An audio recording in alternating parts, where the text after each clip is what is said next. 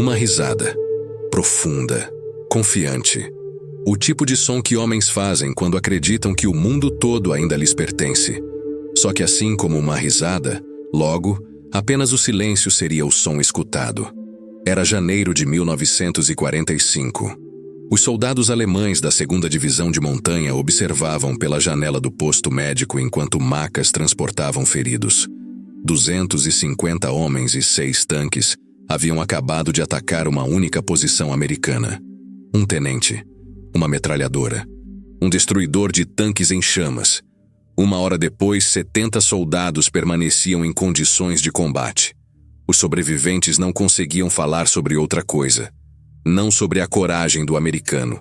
Não sobre tática ou estratégia. Apenas sobre a arma. Aquele som.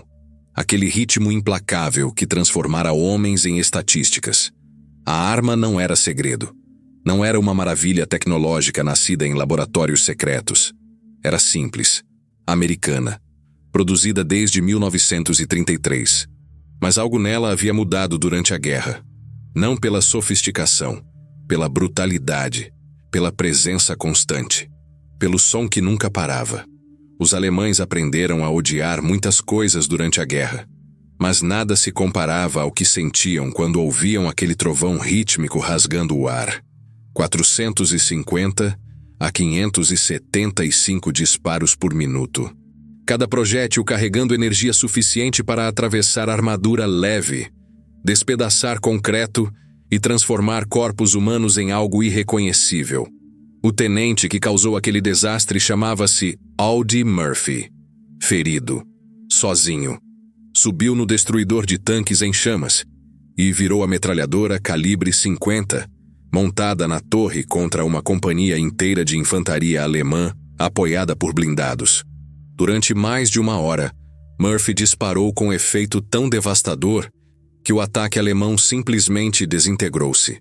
A citação oficial da Medalha de Honra, concedida pelo tenente-general Alexander Patch em 2 de junho de 1945, confirmou aproximadamente 50 baixas infligidas à força atacante. Os ferimentos causados por impactos de calibre 50 tornaram-se sinistros e familiares ao pessoal médico alemão.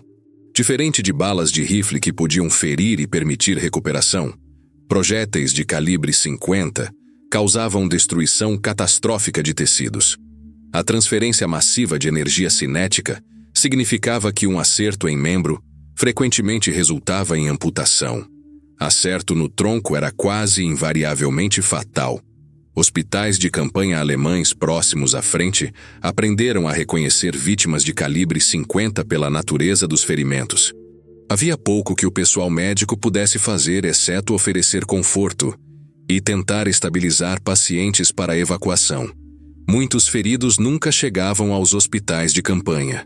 O impacto médico estendia-se além das baixas diretas. Unidades alemãs submetidas a fogo sustentado de calibre 50 sofriam baixas psicológicas, exaustão de combate e colapso de coesão da unidade em taxas superiores às de unidades que enfrentavam fogo convencional de armas leves. Oficiais médicos notaram que soldados submetidos repetidamente a ataques de calibre 50, mesmo quando não fisicamente feridos, demonstravam sinais de estresse severo e fadiga de combate. O conhecimento de que a próxima rajada não podia ser sobrevivida buscando cobertura, que sorte ao invés de habilidade determinava a sobrevivência, criava a sensação de impotência medicamente e militarmente significativa. Mas a ação em Hauteville, uma comuna francesa, não foi um incidente isolado. Dos campos e prados da Normandia às florestas congeladas das Ardenas, dos desertos do norte da África ao céu sobre o Reich, soldados alemães aprenderam a reconhecer e temer um som distinto: o trovão rítmico profundo da metralhadora Browning M2. Cada projétil massivo de calibre 50, carregando energia suficiente para perfurar blindagem leve, rasgar concreto e transformar corpos humanos em destroços irreconhecíveis. A transformação de ceticismo para terror havia começado 3 anos antes. 6 de setembro de 1943. Os céus sobre Stuttgart. 388 fortalezas voadoras B-17 aproximavam-se do coração industrial da Alemanha no primeiro grande ataque diurno à cidade. Unidades de caça da Luftwaffe decolaram para interceptar. Entre elas, veteranos que haviam abatido dezenas de aeronaves aliadas durante 2 anos de combate. Eles estavam confiantes. Seus aviões Focke-Wulf 190, cada um armado com 4 canhões de 20 mm e 2 metralhadoras de 13 mm. Máquinas de matar perfeitamente adequadas para destruir bombardeiros pesados. Os pilotos alemães entraram em suas corridas de ataque vindos de cima e pela frente. Doutrina padrão para interceptar os pesados americanos. A 800 metros, abriram fogo. Canhões trovejaram. Projéteis rasgaram em direção aos bombardeiros da linha de frente. Então algo aconteceu que mudaria para sempre a compreensão alemã do combate aéreo. Os bombardeiros explodiram em fogo. Não a fumaça de aeronaves danificadas. Clarões de bocas de armas. Cada B-17 carregava 13 metralhadoras Browning M2. Uma formação típica de 36 bombardeiros significava 468 metralhadoras pesadas, todas disparando o mesmo cartucho de calibre 50 que podia alcançar até 1.800 metros com efeito letal. O poder de fogo defensivo combinado da formação excedia 6.000 disparos por minuto, criando uma parede de aço que nenhum caça podia penetrar com segurança. Caças alemães sentiram suas aeronaves estremecerem quando projéteis de calibre 50 rasgaram asas, carenagens de motor e cabines. Eles quebraram ataques, mergulhando com aeronaves, deixando rastros de fumaça e fluido hidráulico. O ataque custou caro à Luftwaffe. 45 aviões B-17 foram perdidos. Mas as perdas de caças alemães foram catastróficas para unidades que não podiam mais substituir pilotos experientes. O que os pilotos alemães ainda não compreendiam era que enfrentavam não apenas uma arma, mas uma filosofia de guerra. Os americanos haviam resolvido o problema da defesa de bombardeiros não através de sofisticação tecnológica, mas através de volume esmagador de fogo. Cada avião B-17G carregava entre 5.000 e 7.000 projéteis de calibre 50, distribuídos através de 13 posições de armas. Algumas tripulações adicionavam munição extra, além das regulamentações. Pilotos da Luftwaffe haviam sido treinados para respeitar canhões de 20 e 30 milímetros, porque essas armas podiam destruir um bombardeiro com um único disparo bem colocado. Haviam aprendido a temer projéteis explosivos que detonariam no contato. Mas o calibre 50 americano não explodia. Não precisava.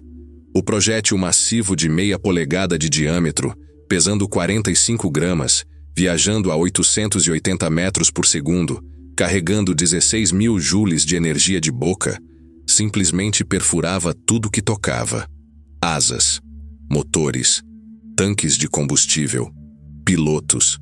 Em outubro de 1943, unidades de caça da Luftwaffe haviam começado a compreender o verdadeiro perigo. O Oberleutnant Heinrich Wurmheller, um AIS com 93 vitórias, descreveu as formações de bombardeiros americanos em carta à família. Atacar os americanos é voar através de tempestade de aço. Você vê os traçantes, 1 a cada 5 disparos, e sabe que para cada traçante que vê, 4 balas mais que não pode ver estão voando ao redor. Quando você fecha para alcance efetivo de canhão, já está dentro da zona mortal deles. Os alemães adaptaram suas táticas. Tentaram ataques frontais. Mergulhos de cima, subidas por baixo, ataques pelos flancos. Nada funcionava consistentemente. Os artilheiros americanos tinham campos de tiro sobrepostos. Se você vinha pela frente, as armas de nariz e torre superior engajavam. Por trás, as armas de cauda e torre de bola. Pelos lados, as armas de cintura. De cima ou baixo, a torre de bola e torre superior. Não havia aproximação segura. As forças aéreas do Exército dos Estados Unidos haviam organizado suas formações de caixa de combate de 18 a 21 aeronaves no espaço tridimensional especificamente para maximizar campos sobrepostos de fogo defensivo. Mas o verdadeiro horror não era o volume de fogo, era a confiabilidade. Pilotos alemães voando com o Messerschmitt 109 ou Focke-Wulf 190 sabiam que seus canhões eram propensos a emperrar, especialmente no ar frio em alta altitude. A metralhadora alemã MG-131 de 13 mm era melhor, mas ainda requeria manutenção cuidadosa e falharia em momentos críticos. A Browning M2 americana, ao contrário, simplesmente funcionava. Disparava continuamente por horas. Operava em temperaturas variando de 40 graus negativos a 40 graus positivos Celsius. Funcionava após ser atingida por fogo de canhão alemão. Continuava disparando mesmo quando os canos brilhavam vermelhos de fogo sustentado. Tripulações de manutenção americanas substituíam canos superaquecidos em minutos, não horas, e a arma resumia o fogo sem perder um batimento. O Lieutenant Wolfgang Fischer, piloto de Junkers 88 que voou missões de interceptação de bombardeiros sobre o Reich, sobreviveu à guerra para dar testemunho nos debriefings pós-guerra da Luftwaffe. Suas palavras, registradas em março de 1946, capturaram a crescente percepção entre tripulações aéreas alemãs. Chamávamos as formações de bombardeiros americanos de Die Fliegenden Festungen, as fortalezas voadoras. Mas o que as tornava verdadeiras fortalezas não era sua blindagem ou disciplina de formação. Eram aquelas metralhadoras de calibre 50 que nunca paravam de disparar, nunca emperravam, nunca nos davam abertura. Perdemos tantos pilotos, não para caças americanos, mas para o fogo defensivo dos bombardeiros. Era como voar para dentro de um moedor de carne. 6 de junho de 1944. Normandia. O coronel alemão das tropas de tanques, Hans von Locke, comandava elementos da 21ª Divisão Panzer, defendendo contra a invasão aliada. Von Locke não era oficial comum. Havia lutado em El Alamein, conquistado a Cruz de Cavaleiro, e mais tarde publicaria suas aclamadas memórias, Panzer Commander. Sua divisão estava entre as primeiras unidades alemãs a encontrar forças americanas em combate terrestre sustentado. O que von Locke descobriu foi que a doutrina americana havia colocado a metralhadora de calibre 50 em virtualmente todos os veículos de combate. Jipes montavam-nas, caminhões montavam-nas, meias lagartas montavam-nas, tanques montavam-nas no teto das torres, caça-tanques montavam-nas. Até veículos de suprimento carregavam-nas para proteção de comboio. Os americanos haviam alcançado algo que os alemães nunca tentaram: cobertura universal de metralhadora pesada através de toda sua estrutura de força. Von Locke escreveu em suas memórias sobre as implicações táticas. Haviam nos dito que nosso treinamento e nossa doutrina tática superariam a vantagem material americana. Na Normandia, aprendi a verdade. Os americanos não precisavam de táticas superiores. Tinham munição suficiente para cometer erros e ainda vencer. Suas metralhadoras de calibre 50 estavam em cada veículo, cada posição, disparando continuamente. Não podíamos nos mover à luz do dia. Qualquer tentativa de manobra atraía fogo imediato e esmagador. O efeito psicológico era tão destrutivo quanto as baixas físicas. O exército alemão havia construído sua doutrina de infantaria em torno da metralhadora. A MG-34 e sua sucessora, a MG-42, eram armas excelentes. A MG-42 disparava 1.200 vezes por minuto, ganhando o apelido de Serra Elétrica de Hitler, de soldados aliados que ouviam seu som distintivo. Esquadrões alemães carregavam 1.800 disparos por metralhadora e organizavam suas táticas em torno de apoiar a equipe da arma. O conceito chamado Einheitsmaschinengewehr, ou metralhadora de propósito geral, seria mais tarde adotado por forças da OTAN porque era taticamente sólido. Mas os alemães nunca haviam imaginado a escala do emprego americano de calibre 50. Uma única divisão blindada americana avançando pela França teria centenas de metralhadoras de calibre 50 montadas em veículos. Comboios de suprimento americanos usavam padrão documentado de fogo alternado. Um veículo disparando à direita, o próximo disparando à esquerda para cobrir ambos os flancos e romper emboscadas alemãs. Esta tática era especificamente efetiva contra equipes Panzerfaust, tentando engajar blindados americanos a curta distância. Colunas blindadas americanas empregavam o que chamavam de reconhecimento por fogo. Ao invés de avançar cuidadosamente e esperar que o inimigo revelasse posições, unidades americanas disparariam suas metralhadoras de calibre 50 continuamente em qualquer localização suspeita. Linhas de árvores, construções rurais, muros de pedra, sebes. O volume de fogo suprimiria posições alemãs escondidas ou provocaria fogo de retorno, que revelava suas localizações. Esta tática, documentada extensivamente em fontes primárias, incluindo táticas de tanque da Normandia ao Loire, levava soldados alemães à distração. Veteranos de infantaria alemães da Frente Oriental pensavam ter experimentado o pior da guerra industrial contra os soviéticos. Então encontraram a doutrina de poder de fogo americana na França. Líderes de esquadrão alemães que sobreviveram às lutas na Normandia e foram feitos prisioneiros, descreveram a diferença em seus debriefings preservados nos arquivos da Divisão Histórica do Exército dos Estados Unidos. Contra os russos, enfrentávamos ataques de onda humana e barragens de artilharia. Contra os americanos, enfrentávamos fogo de metralhadora que nunca parava. Disparavam em tudo. Disparavam em nada. Disparavam para nos manter de cabeça baixa. Disparavam para nos impedir de nos mover. Disparavam porque tinham munição ilimitada e nós não. Após 2 semanas lutando contra os americanos nos campos e prados da Normandia, soldados não deixariam cobertura durante a luz do dia.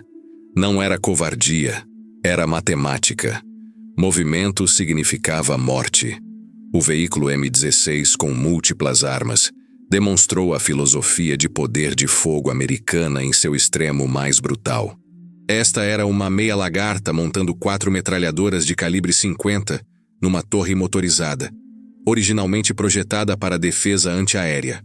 A taxa de fogo combinada aproximava-se de 2.200 disparos por minuto. Soldados americanos chamavam-na de picador de carne ou cortador de krauts. Relatórios oficiais do 473º Batalhão, de novembro de 1944, declararam que a missão primária do veículo M16 com arma antiaérea frequentemente tornava-se sua missão secundária e era usada contra tropas terrestres.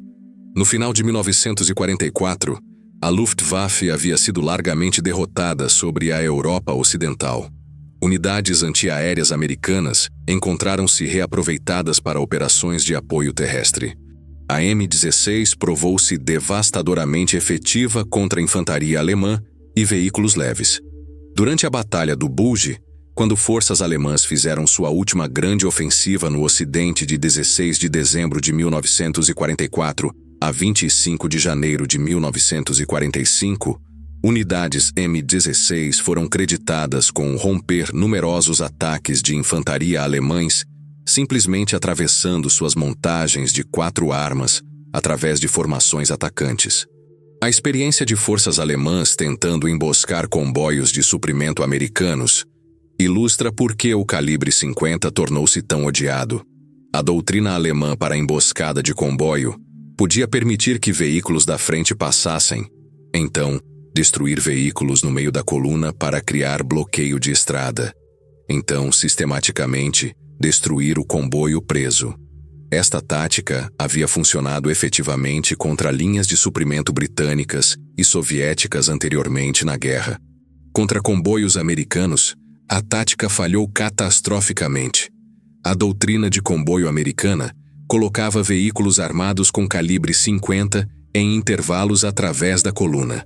Quando a emboscada era iniciada, veículos americanos imediatamente retornavam fogo com seus calibres 50, enquanto outros veículos manobravam para flanquear a posição de emboscada. O volume de fogo de retorno era tão intenso que equipes de emboscada alemãs frequentemente sofriam baixas mais pesadas que os comboios que atacavam. Líderes de pelotão alemães que participaram em emboscadas de comboio durante lutas na França descreveram a evolução de táticas alemãs e sua falha final em interrogações pós-guerra. Em emboscadas iniciais, forças alemãs posicionavam infantaria com metralhadoras e Panzerfausts ao longo de estradas. Comboios americanos tinham veículos equipados com metralhadoras de calibre 50 distribuídos por toda parte. O volume de fogo de retorno dos comboios era devastador. Unidades alemãs aprenderam a emboscar apenas veículos isolados, nunca comboios, mas veículos isolados eram raros. Os americanos moviam-se em força precisamente porque sabiam que forças alemãs não podiam atacar efetivamente seus comboios. O avião Republic P-47 Thunderbolt, que pilotos americanos apelidaram de Jarro, devido ao seu grande tamanho e aparência robusta, que lembrava um grande recipiente, carregava 8 metralhadoras Browning M2 em suas asas. Isto significava que um único caça podia entregar 4.400 disparos por minuto de poder de fogo combinado durante corridas de metralhamento. Forças terrestres alemãs aprenderam a reconhecer a forma distintiva do P-47 e o som que precedia a morte. Uma corrida de metralhamento por voo de 4 P-47 significava 32 metralhadoras de calibre 50 convergindo numa área-alvo. As aeronaves aproximariam em alta velocidade e baixa altitude, frequentemente com aviso mínimo. Pilotos abririam fogo a alcances de 600 a 800 metros e caminhariam seu fogo através de posições alemãs, veículos e concentrações de tropas.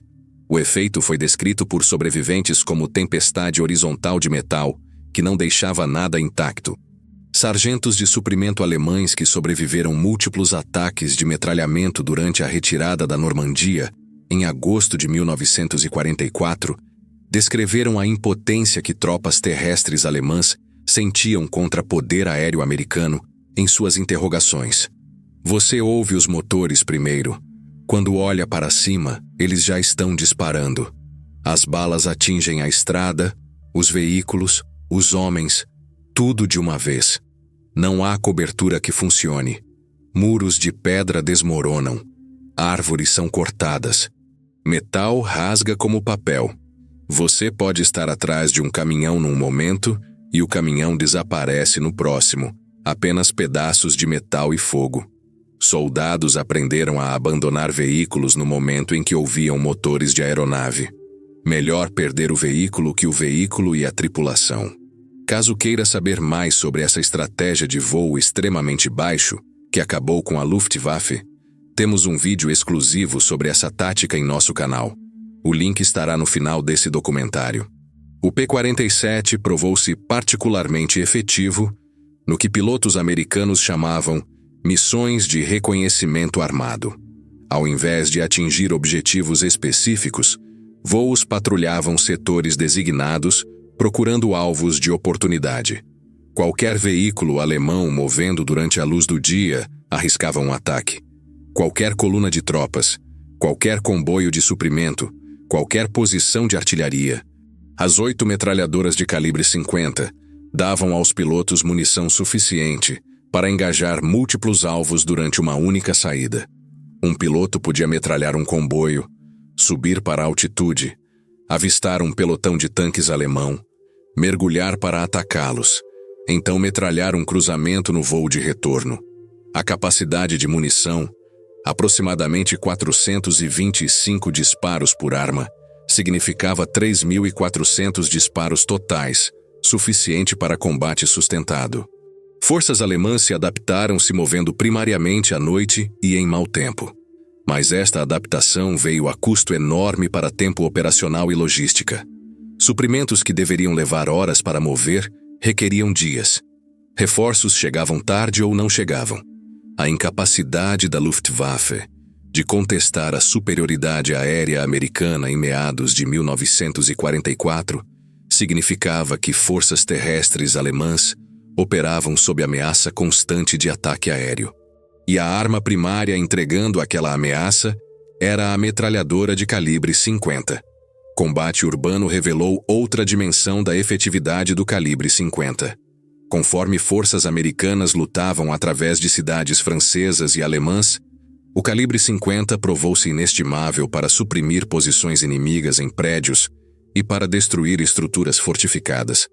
O projétil massivo podia penetrar múltiplas paredes de construção europeia típica. Alvenaria que pararia fogo de rifle e metralhadora oferecia pouca proteção contra projéteis de calibre 50. Comandantes de tanque americanos rapidamente aprenderam a usar seus calibres 50 montados em torre para suprimir janelas de andar superior e posições de telhado antes de se mover através de áreas urbanas. A técnica era simples, mas devastadoramente efetiva.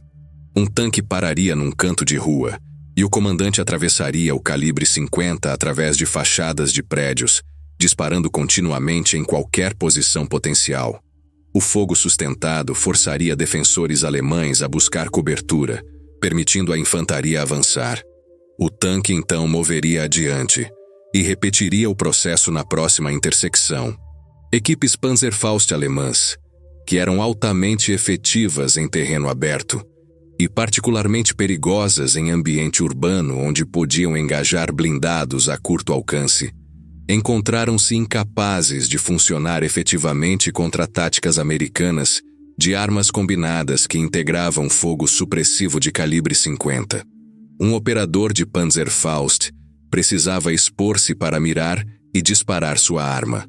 A doutrina americana pedia fogo contínuo de calibre 50 em qualquer posição suspeita.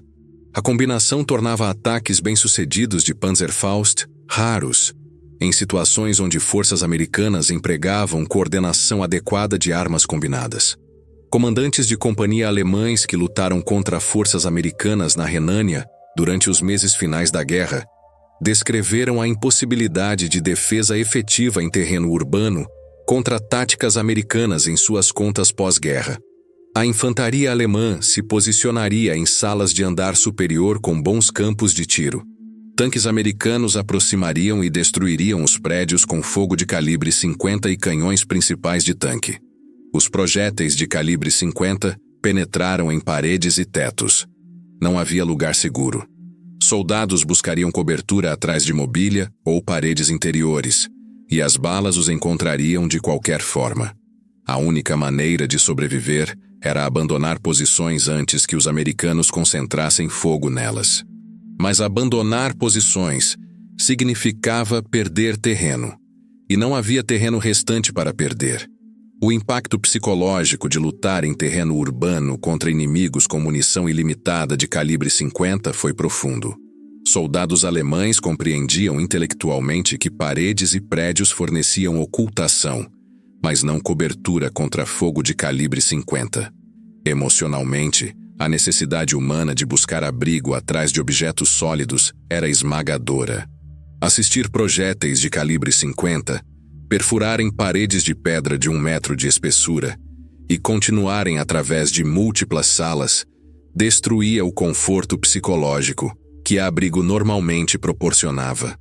Soldados sentiam-se expostos mesmo quando escondidos, vulneráveis mesmo quando protegidos pelo que normalmente seria cobertura adequada. Esta erosão psicológica era cumulativa. Um soldado podia sobreviver a um engajamento, então outro. Mas o fogo de calibre 50 destruía o que deveria ser cobertura segura. Eventualmente, o estresse acumulado de saber que nenhuma posição era verdadeiramente segura, que os americanos podiam e destruiriam qualquer posição defensiva com fogo sustentado, quebrava a efetividade de combate. Unidades abandonariam posições sem serem diretamente assaltadas, porque sabiam que poder de fogo americano eventualmente tornaria aquelas posições insustentáveis. As campanhas finais na Alemanha demonstraram a superioridade completa da doutrina de poder de fogo americana. Forças alemãs lutaram com coragem e habilidade, frequentemente alcançando sucessos táticos locais contra forças americanas numericamente superiores. Mas sucesso tático não significava nada quando forças americanas podiam simplesmente concentrar poder de fogo e reduzir posições alemãs a escombros. A metralhadora de calibre 50 era a fundação deste poder de fogo. Estava presente em quantidades suficientes para engajar qualquer alvo. Era confiável o suficiente para disparar continuamente por horas. Era suprida com munição suficiente para que comandantes americanos nunca precisassem racionar fogo. E era empregada segundo doutrina que valorizava supressão e destruição sobre conservação e precisão. Tripulações de tanque alemãs aprenderam a temer o calibre 50 por razões diferentes. Enquanto a M2 não podia penetrar blindagem frontal de tanques médios e pesados alemães, podia danificar equipamento óptico, desabilitar estocagem externa e suprimir infantaria acompanhante. Mais importante, o calibre 50 podia penetrar a blindagem lateral e traseira mais fina de muitos veículos blindados alemães a alcances de combate. Caça-tanques M10 americanos carregavam metralhadora M2EHB de calibre 50 montada na parte traseira da torre para defesa antiaérea e proteção próxima de infantaria. Análise estatística de gasto de munição mostra que M10S dispararam muito mais projéteis explosivos de alto poder que projéteis perfurantes de blindagem, indicando o uso extensivo em papéis de apoio à infantaria, onde o calibre 50 provou-se crítico para o que tripulações chamavam operações de limpeza em quartos próximos. Uma equipe Panzerfaust alemã podia desabilitar um tanque americano, apenas para ser abatida por fogo de calibre 50 de caça-tanques acompanhantes ou veículos de apoio à infantaria, antes que pudessem escapar. Combate noturno introduziu ainda outro terror associado ao calibre 50. Munição americana usava a proporção de um projétil traçante a cada 4 balas normais. Isto significava que cada quinta bala de calibre 50 visível ao inimigo era traçante brilhante que marcava a trajetória da rajada. Soldados alemães assistindo fogo americano de calibre 50 à noite podiam ver os traçantes arqueando em direção a eles. Rastros de luz que pareciam mover devagar o suficiente para rastrear visualmente, mas que chegavam com velocidade e força devastadoras. O efeito psicológico foi profundo. Soldados podiam ver a morte se aproximando. Podiam assistir os traçantes convergir em sua posição. Sabiam que para cada traçante que viam, 4 projéteis adicionais voavam ao longo do mesmo caminho. O instinto humano de abaixar ou esquivar era inútil, porque quando um soldado via o traçante, os projéteis já haviam chegado. Veteranos aprenderam a não assistir os traçantes, mas novos substitutos fixariam neles, hipnotizados pelo show de luz mortal, frequentemente congelando ao ar livre até o fogo encontrá-los. Forças americanas exploravam este efeito psicológico deliberadamente. Reconhecimento por fogo à noite significava enviar correntes de fogo de calibre 50, carregado de traçantes através de posições suspeitas. O efeito visual era esmagador. Setores inteiros iluminariam com correntes de traçantes entrecruzadas. O ruído do disparo combinado com o impacto visual criava um ambiente que soldados alemães descreviam como infernal.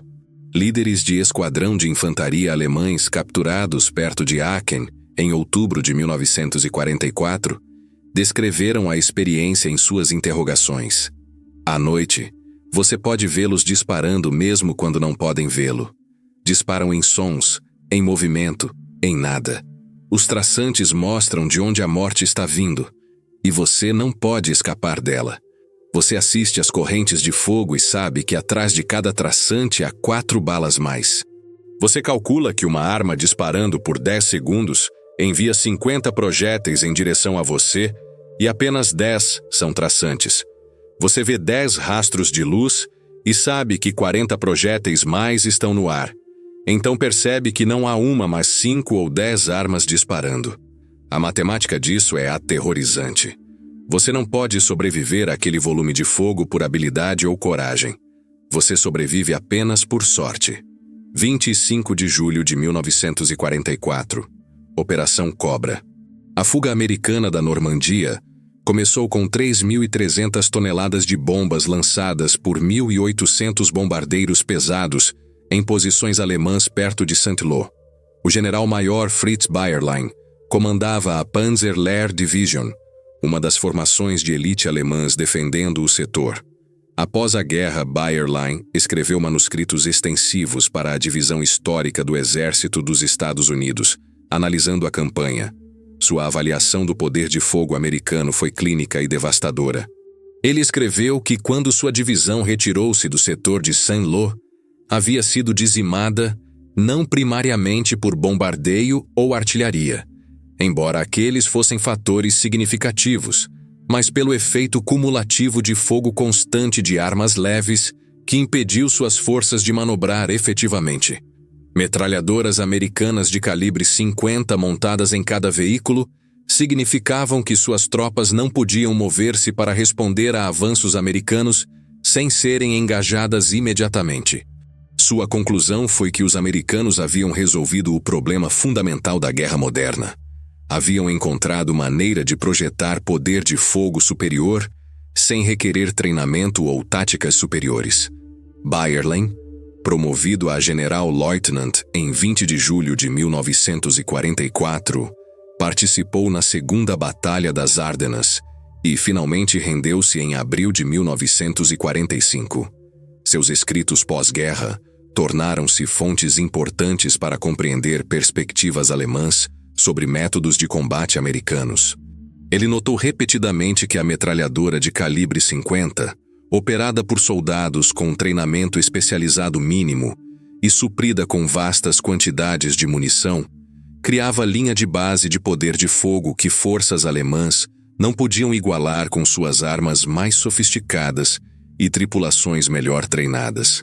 A metralhadora M2 Browning, de calibre 50, não foi a arma mais sofisticada da Segunda Guerra Mundial. Não foi a de disparo mais rápido ou a mais precisa, ou a mais leve ou a mais versátil. Foi simplesmente a mais efetiva, porque combinou confiabilidade, ubiquidade e apoio logístico esmagador. A arma em si era apenas parte da equação. O sistema, que a produziu aos milhões, supriu com bilhões de projéteis de munição e empregou a segunda doutrina, que aceitava gasto material como preço da vitória. Aquele sistema foi o que derrotou a Alemanha. O legado da M2 Browning pode ser medido em seu serviço continuado. 80 anos após entrar em produção, a arma permanece em uso ativo com as Forças Armadas dos Estados Unidos e Forças Armadas ao redor do mundo. Sobreviveu a todos os sistemas de armas que se opuseram a ela na Segunda Guerra Mundial. Serviu em cada conflito americano da Segunda Guerra Mundial até o presente. Esta longevidade reflete a solidez fundamental do projeto e a efetividade da filosofia militar americana que incorpora. As implicações estratégicas mais amplas tornaram-se claras apenas em retrospectiva. Planejamento militar alemão havia assumido que treinamento superior e excelência tática poderiam compensar vantagens numéricas americanas. Esta suposição provou-se catastroficamente errada. A metralhadora de calibre 50 demonstrou que armas adequadas produzidas em quantidades esmagadoras e supridas sem restrição triunfam sobre armas sofisticadas produzidas em números limitados e supridas com parcimônia.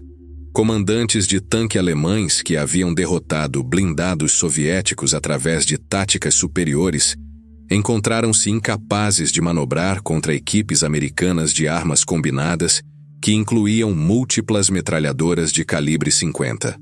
A infantaria alemã, que dominava as intrincadas táticas da metralhadora MG-42, encontrou sua expertise sem significado quando forças americanas podiam simplesmente saturar posições defensivas com fogo sustentado de calibre 50. Pilotos alemães que haviam afiado suas habilidades contra a RAF encontraram-se despedaçados por fogo defensivo de formações de bombardeiros que valorizavam volume sobre precisão. A lição foi universal e implacável.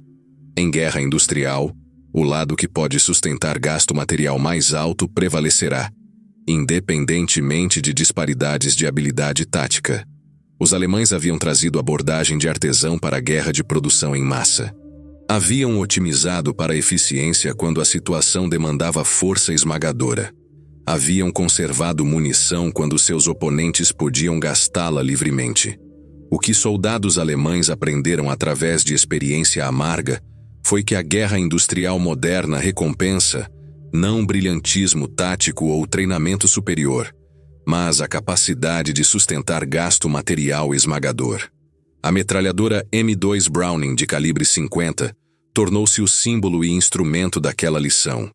Forças alemãs trouxeram habilidade, doutrina e determinação ao campo de batalha.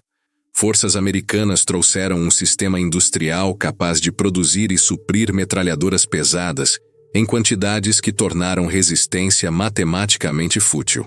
Quando aquelas duas abordagens à guerra colidiram, o resultado nunca esteve verdadeiramente em dúvida. A risada havia parado. Apenas o silêncio respondeu.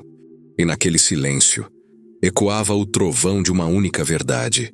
Impérios caem não quando perdem a coragem, mas quando subestimam a matemática.